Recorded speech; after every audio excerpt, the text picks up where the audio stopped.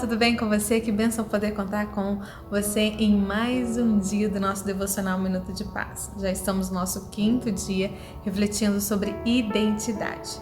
Vimos que Mefibosete se achava inferior por causa da sua situação física e moral. Já Sifra e Poá tinham sua identidade firmada em Cristo e não deixaram que vozes de autoridade deturpassem quem elas eram. E ontem nós refletimos sobre Raquel e Lia, que devido à insatisfação e à inveja se comparavam o tempo todo e por isso eram infelizes. Hoje nós vamos meditar na vida de um homem que foi considerado um homem segundo o coração de Deus, Davi.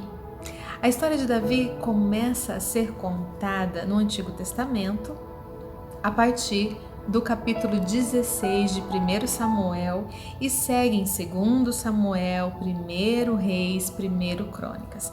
Você vai ter toda a história do rei Davi.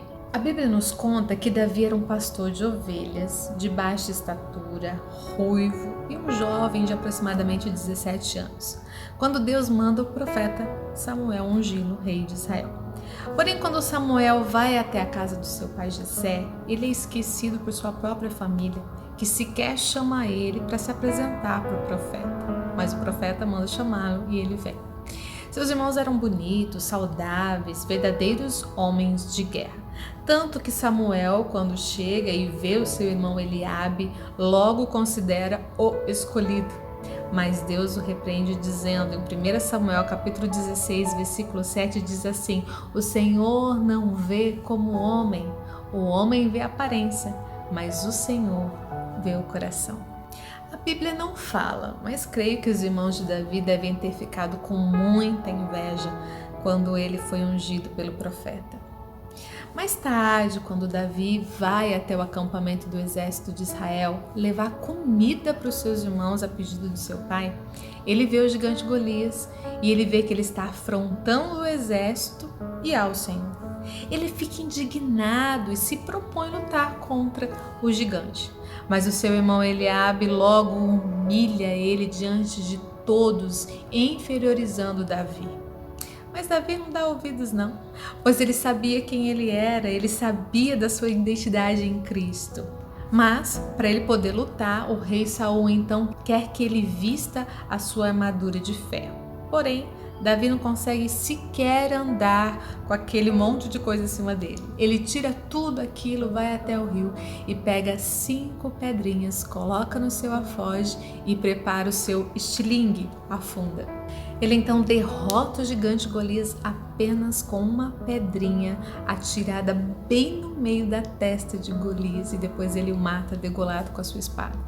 Com isso, Davi se torna o general do exército de Israel, se casa com a filha do rei, mas por causa da inveja do rei Saul passa a ser perseguido. Davi foge, se esconde em lugares inimagináveis. Se você ler a história, você vai ver. Ele passa por situações de muita angústia, medo, guerra, aflições.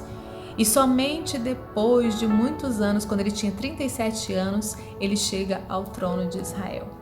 Essa história nos ensina muito sobre identidade, pois Davi não se vitimizou diante do abandono e rejeição da sua própria família, não deu ouvido às vozes de autoridade sobre a sua vida dizendo que ele não era ninguém, que ele era simplesmente um pastorzinho de ovelha, que ele não iria conseguir, que ele era um menino, enfim. Ele não desistiu de lutar pelos propósitos de Deus na sua vida.